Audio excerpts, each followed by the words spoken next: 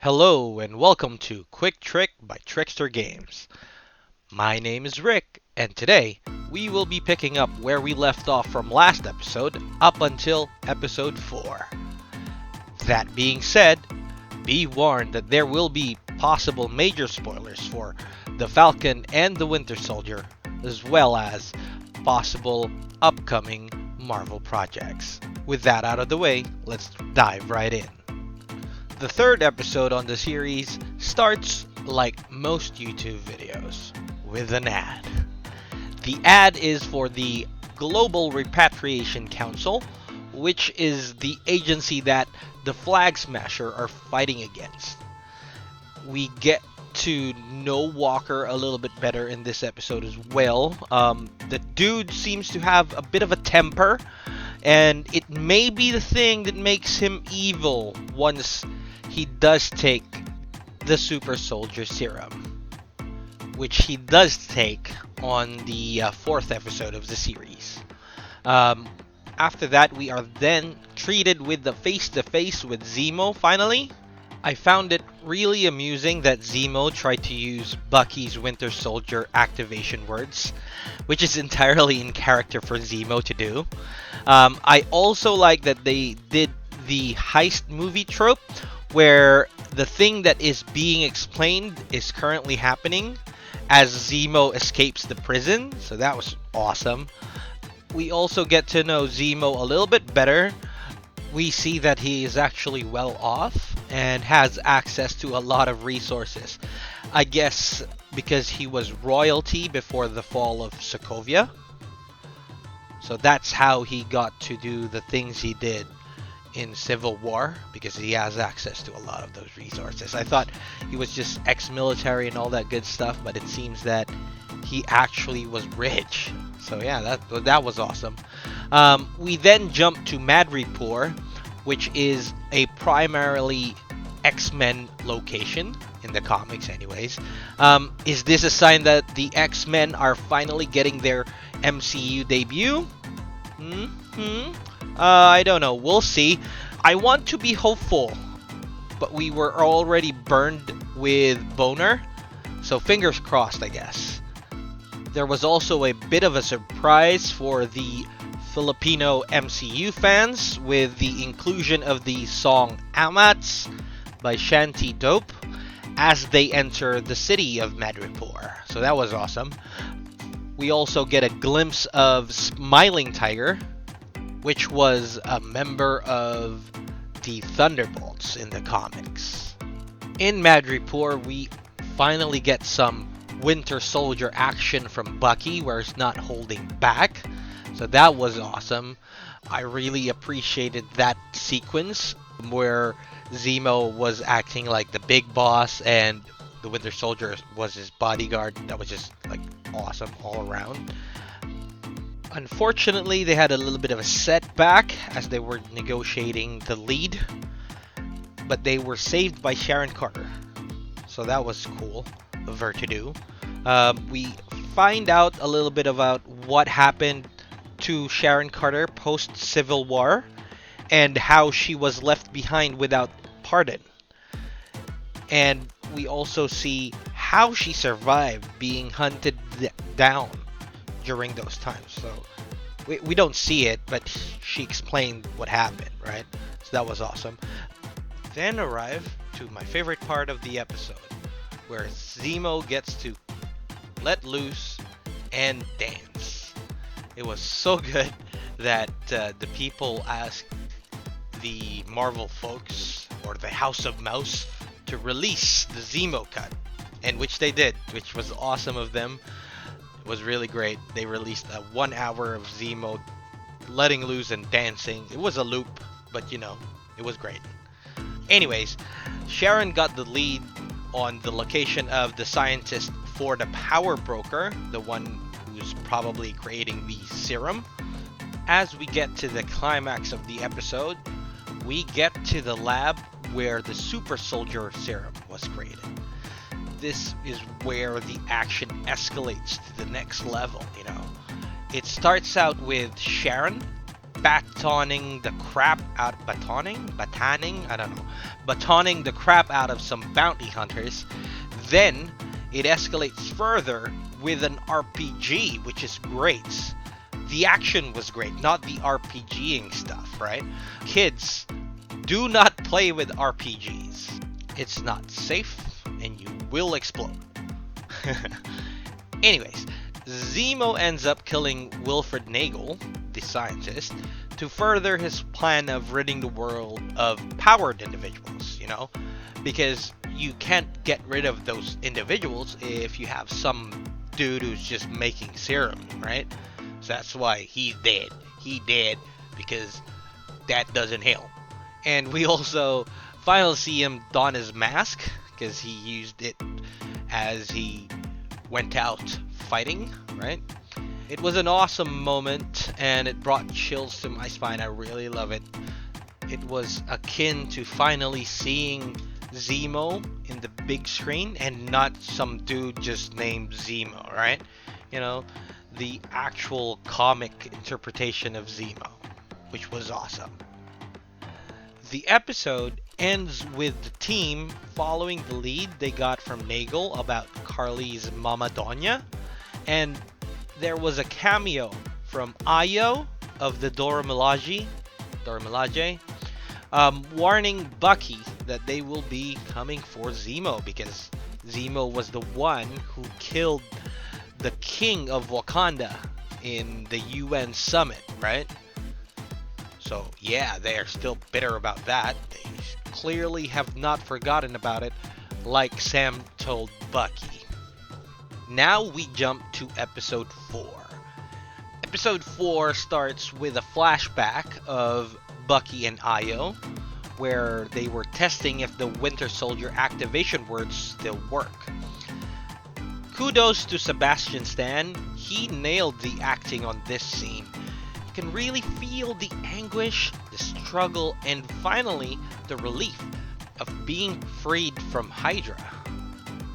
We then pick up where we left off with Ayo's warning to Bucky about Zemo, that they will be taking Zemo from the team.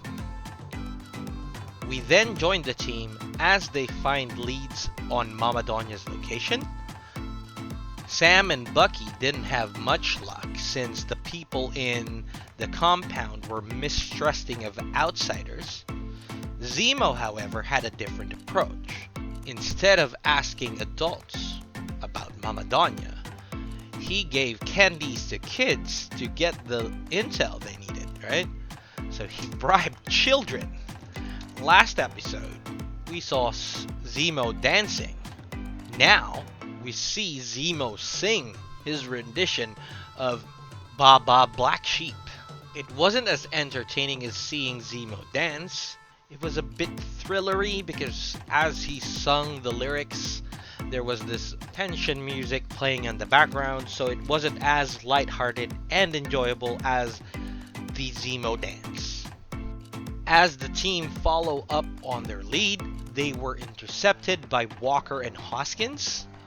Walker and Hoskins were adamant that they need to join the team, right?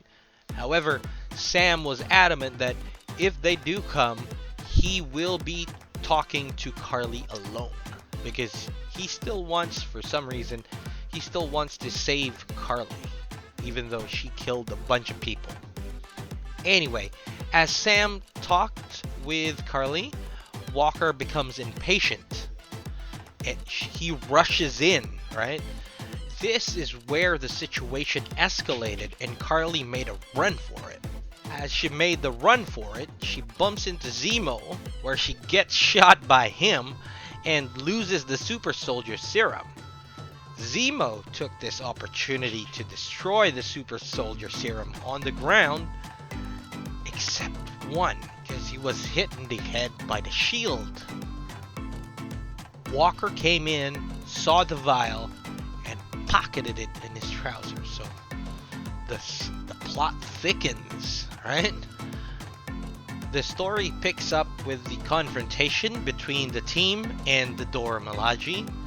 The team got their ass handed to them by the Dora Milaje. I like this part because of the superb acting by Wyatt Russell.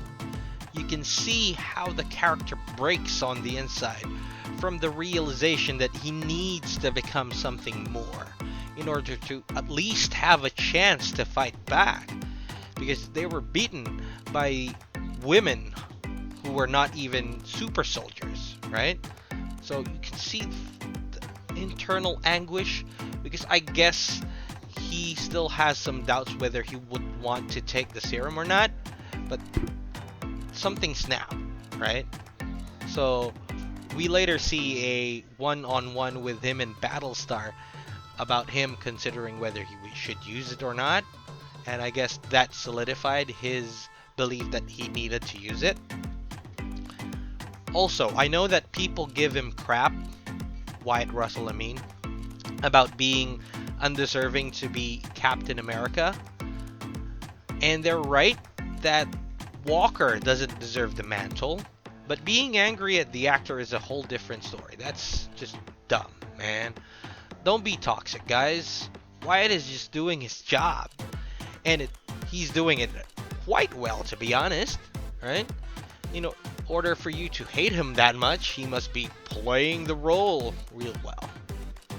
Anyways, the climax picks up as Carly hatches a plan to murder Walker. Her plan goes south because Walker has injected himself with the serum, right?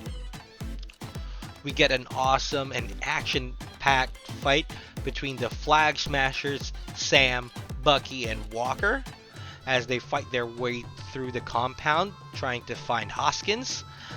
The fight culminates with the death of Hoskins, breaking Walker's mind a bit more. And then, as the Flag Smashers flee, Walker managed to chase and capture one of the terrorists, and the man was begging for mercy. He's saying, "No, don't hurt me. I didn't do it. Please." But Walker didn't listen to him. He bashed him with the shield. Man. The episode ends with a shot of Walker and the bloody Captain America shield. Now that's how you end an episode. When you make an episode, that's how you end an episode. I mean, damn, that was an awesome ending, right? It really pumps you up for the next episode. Makes me really excited. Really want to see it now, but that's still a while before we can see episode 5, but we will be here and we will be covering it as it goes live. Now that we are on the speculation part, what do I think is gonna happen on the next episode? Well, I believe that we will finally get the reveal on who the power broker is. I believe that he or she will be a new character. There are some speculations online that it is either Zemo or Sharon Carter. I don't think it's Zemo, since, like I've said in a previous episode, it will be the total opposite of his ideals. He wants to rid the world of powered individuals. Why would he be the head of an organization that makes more powered individuals, right? It doesn't make sense. I also don't believe that it is Sharon Carter, since it would be counterproductive for the power broker to kill the bounty hunters that he hired to find Sam and Bucky. Also, if Sharon was the power broker, why would he still hire bounty hunters? He knew where the two were. She was the one who saved them, right? So I think that it was really a different character. Possibly a character that we've met before, but we'll see. We'll see in the next episode. I expect that Zemo will be reuniting with Sam and Bucky, or at the very least, have his own plans on eliminating the Flag Smashers once and for all. Finally, I expect episode 5 to have more reveals before a climactic end on episode 6. Now that we're here, I guess that's it for me. I want to thank you guys for watching. I really appreciate it. If you like this video, please leave a like and subscribe for more content. We will try our best to release videos weekly to keep up with the show. And yeah, that's it for me. Thanks again, and bye-bye!